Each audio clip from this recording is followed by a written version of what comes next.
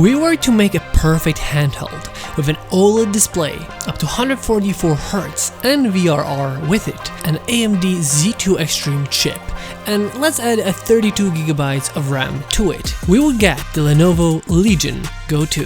The Lenovo Legion GO 2 is a handheld that, if you could have a dream handheld that has everything you wished for, and the price was not a concern, well, the Lenovo Legion GO 2 is what would pretty much happen. So this is the second iteration of the Legion GO, and it is upgraded in the way that people want it. But there is one catch, which we're gonna talk about after we talk about how incredible this handheld is. And while this is a little bit on the bigger side and might be a little bit off for some, I feel like this is pretty much the best tech you can get on a handheld at the moment. So if you're looking for the best tech, this is the one to go for. But why is it such a good technology? What does it have to offer? So the Lenovo Legion GO 2 has amazing specs on paper. For example, this has AMD's Ryzen Z2 Extreme, meaning that we have a nice upgrade over the Z1 Extreme that we had, which was already such a powerful mobile chip. And now we have the Z2 Extreme, which just pushes the boundaries even farther. You can pretty much play all the modern games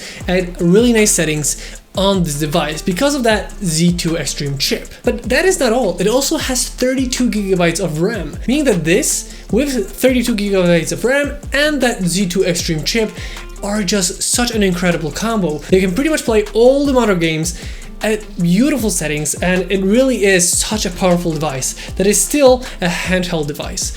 Yes, it's a big one, but it is a super strong device. And because it's a Windows, you can play all the modern games from all the different launchers. You can get Steam games, you can get EA games, Ubisoft game, anything you want, Xbox app, Xbox Game Pass, everything is on here. So you have the biggest library and you can use it like a normal PC. But not only that, a lot of people like to have bigger screens. Handhelds have, in time really changed from really small handheld pocket devices to a bigger and bigger with Nintendo Switch 1, with things like Asus ROG Ally, then the Lenovo Legion GO 2, we are going up and up. So this is a much bigger display. And it's actually an 8.8-inch display. So it's a very big display on a handheld that is still in, a handheld size. It is on the bigger side, but it is a very beautiful OLED display. That is the best thing. This is now an OLED display. As you can see, the colors are incredible. And this is not even just a full HD display. It is 1920 by 1200, so it's a little bit bigger than a full HD display. But being that it is an OLED display and can go up to 144Hz with VRR, makes this just an incredible display, something that we don't really see on handhelds, because usually we get an LCD display that is pretty good, but it's not an OLED, or if we had like the Nintendo Switch OLED, it was on a Nintendo Switch, so way underpowered, and also, it was only up to 60 Hz. This is a 144Hz display with VRR, with OLED. This just makes it just the best display you can get on a handheld device at the moment. And it is a very big display, meaning that when you play the games, you can really feel immersed in them. I do have that kind of feeling that, for example, Asus ROG Ally has a very nice LCD display. I really like it, but it is on the smaller side. I always felt like I wish it was a little bit bigger, like the bezels could be a little bit smaller. For example, this pretty much has literally small bezels, so there's a lot of display. When you look at it, it's just like a display with the two controllers on the side, making this just such a nice device, because when you play the games you can really be in the details. So that is a really nice thing. If you like that kind of bigger displays, bigger kind of a handheld, then this is definitely the way to go.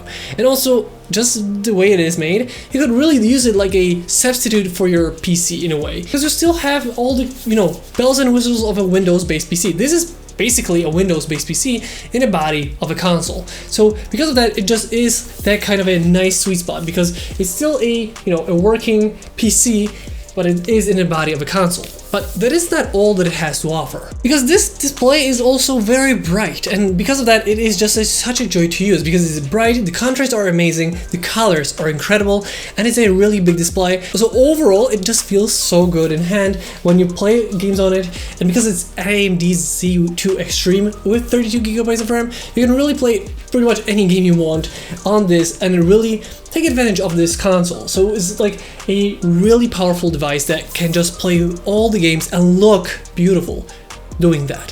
So yeah, that experience is just beautiful. And like I said, no other pretty much handheld PCs from the bigger brands has an OLED display with 144Hz and VRR, which is a big selling point.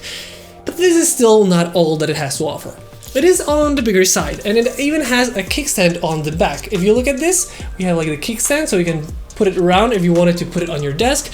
But you might say, why would I need it when using a handheld? Well, actually, this is not just normal handheld, because when we press this button here, we can actually get like the, let's say, the Joy-Con, the controller of it. Essentially, we have two controllers on the side that we can actually take off the console PC handheld, and they're kind of like the Nintendo Switch's Joy-Cons, but they're much better because they're bigger grip, so they just feel better in hand, and you can really easily take them off and use them wirelessly, or use it as a console mode, and it's now connected to the console. So it's kind of like Nintendo Switch, because you can take it off and place just the screen on your desk and use it just with the controllers, or you can actually do even more with it, because you could actually connect this to a bigger display and use the controllers just as a controller, or you can even get a different controller like PS5 controller, connect it to this via Bluetooth or cable and use that on a big screen. So you can have it as a hybrid. Remember, this is a Windows in the body of a console, so you can pretty much do anything you would do with a laptop or a desktop on here. There's actually one more extra feature here. As you can see, the buttons on the side are different depending on the controller. The left one and the right one has different buttons. It actually has two on the back and two on the front, and then they even have a scrolling wheel here. That is because you can actually make this one a mouse. It has the opticals on the bottom. Now you can actually hold it like a mouse and even have a scrolling wheel here. So it's such a hybrid approach that you can have so many good things about it. If you are a gamer that would rather play with a mouse instead of a controller, you can do that with this. This is almost like the best of all worlds connected into one device. But, you know, it's gonna be not as good as a hybrid like a Nintendo Switch 2. That just works much better out of the box. And if you only play on desktop at home, you probably would be better off with a dedicated desktop. But if you wanted to have that access to it, this has it all. So it's a really versatile and great device. With the controllers, we also have the back buttons. As you can see, there's different one here and different one here. It is the reason because we are doing something else. When you put it into the mouse mode, it is going to be using that a little bit different under your fingers. So they had to make this one a little bit different so that when you hold it like a mouse, you have that clicks under your finger. So that makes it a little bit asymmetrical. This one is like two to the side and this one is one under the other. I prefer the two being one under the other, but it is made so that you can have that mouse mode. So it's like a kind of a sacrifice again, but it's still a really great device to use. You also have this touchpad here, so if you wanted to use it like a mouse, there is a touchpad to be used here. What about the actual performance of it? You know, because of the AMD Z2 Extreme chip and that RAM, that 32 GB of RAM, this is a very good performer. You can pretty much play all the other games in beautiful settings, and all the other games, especially the older games, you can play at really nice quality. So it's a beast of a device that you can really have so much usage from it. There are a couple of changes that are coming from the first generation of Legion GO. It is gonna be a little bit more comfortable because it has a little bit more like a rounded shape when compared to the first generation, which was a little bit more sharp and a little bit more, you know, contrasty on the sides. This one is a little bit more rounded off, which is actually a nice benefit.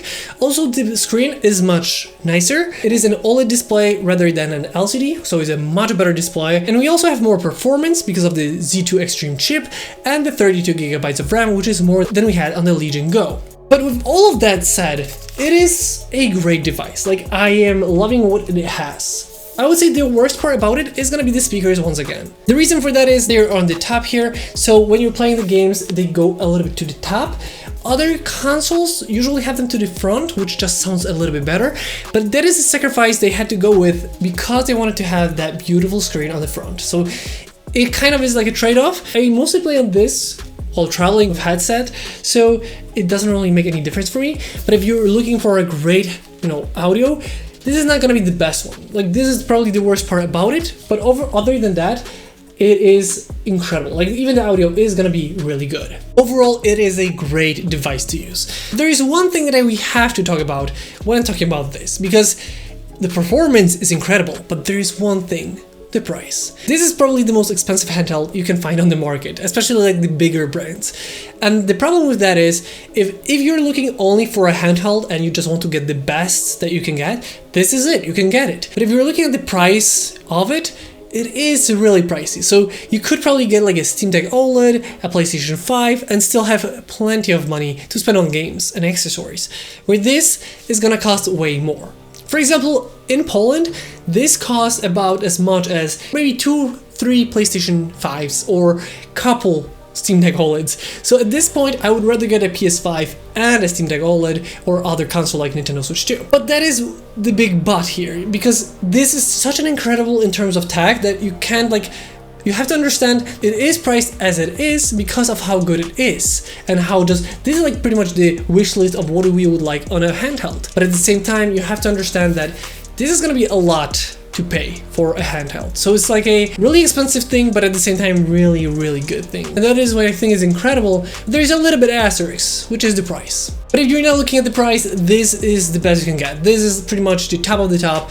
Incredible experience with it. With that being said, what do you think about the Lenovo Legion GO 2? I'm really curious what you guys think about it, because on paper it's just an incredible device, but that price is something that is gonna hold it back a little bit. With that being said, I hope you guys enjoyed this video. If you did, don't forget to like, comment, and subscribe. I hope you guys enjoyed this video once again, and I will see you next time.